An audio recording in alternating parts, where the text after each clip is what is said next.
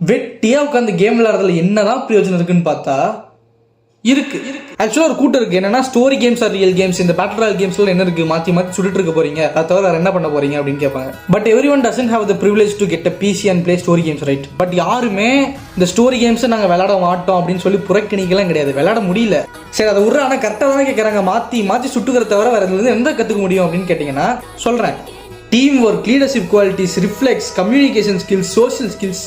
இன்னைக்கு ஒரு மனுஷன் கூட பேசுறதே பெரிய ஸ்கில்ஸா பார்க்கப்படுது. ஒரு மேட்ச்ல ஏதாவது பிரச்சனை வந்துட்டா அந்த பிரச்சனை எப்படி சால்வ் பண்றாங்க, கிரிட்டிக்கல் திங்கிங், ஃப்ரெண்டு நாய்க்காய் கிடந்த ஃப்ரெண்டை முதல்ல காப்பாற்றணுமா இல்லை எனிமையா சுடணுமாங்கிறது, ப்ரையாரிட்டைசிங் திங்ஸ். எவ்வளோ பெரிய இன்ட்ரோவர்ட் மேல இருந்தாலும் நாய்க்காய் கிடந்தா மைக் ஆன் பண்ணி ரிவைவ் பண்ணுறோன்னு கத்தித்தான் ஆகணும். இந்த மாதிரி இன்னும் பல ஸ்கில்ஸ்கள் இந்த பேட்டில் ராயல் கேம்ஸ் விளையாடும்போது மக்கள் அவங்கள அறியாமையே டெவலப் பண்ணிக்கிறாங்க. இன்னொரு மேட்டர் இருக்கு நண்பர்களே, இந்த ஸ்டோரி கேம்ஸும் இல்லாம பேட்டில் ராயல் கேம்ஸும் இல்லாம ரோல் பிளே கேம்ஸ் ஒரு மேட்டர் இருக்கு. அது என்ன மேட்டர்னு பாத்தீங்கன்னா இந்த சாம்பு ஃபயம் எல்லாம் யூஸ் பண்ணி பிளே பண்ணுவாங்க. சிம்பிளா சொல்லணும்னா GTA 5 GTA San Andreas மல்டிபிளேயர்ல விளையாடலாம். இன்னைக்கு எங்கிட்ட இருக்க நிறைய ஸ்கில்ஸ்க்கு அடி போட்டது, விதை போட்டது எல்லாமே அந்த ரோல் பிளே கேம்ஸ் தான். சரிப்பா, கேம்ஸ் விளையாடுறதுனால இவ்வளோ ஸ்கில்ஸ் கிடைக்குதுன்னு சொல்றேன், பட் ஸ்டில் கேம் விளையாடுறதுனால எவ்வளோ டைம் வேஸ்ட் ஆகுது தெரியுமா? எத்தனை பேர் அசிங்கமா மாற்றி திட்டிறாங்க தெரியுமா? எஸ், எல்லாம் தான் இருக்கும். ஏன் இதுல இல்லை, எது எடுத்தாலும் நல்லது கெட்டதுன்னு எல்லாமே இருக்கும்.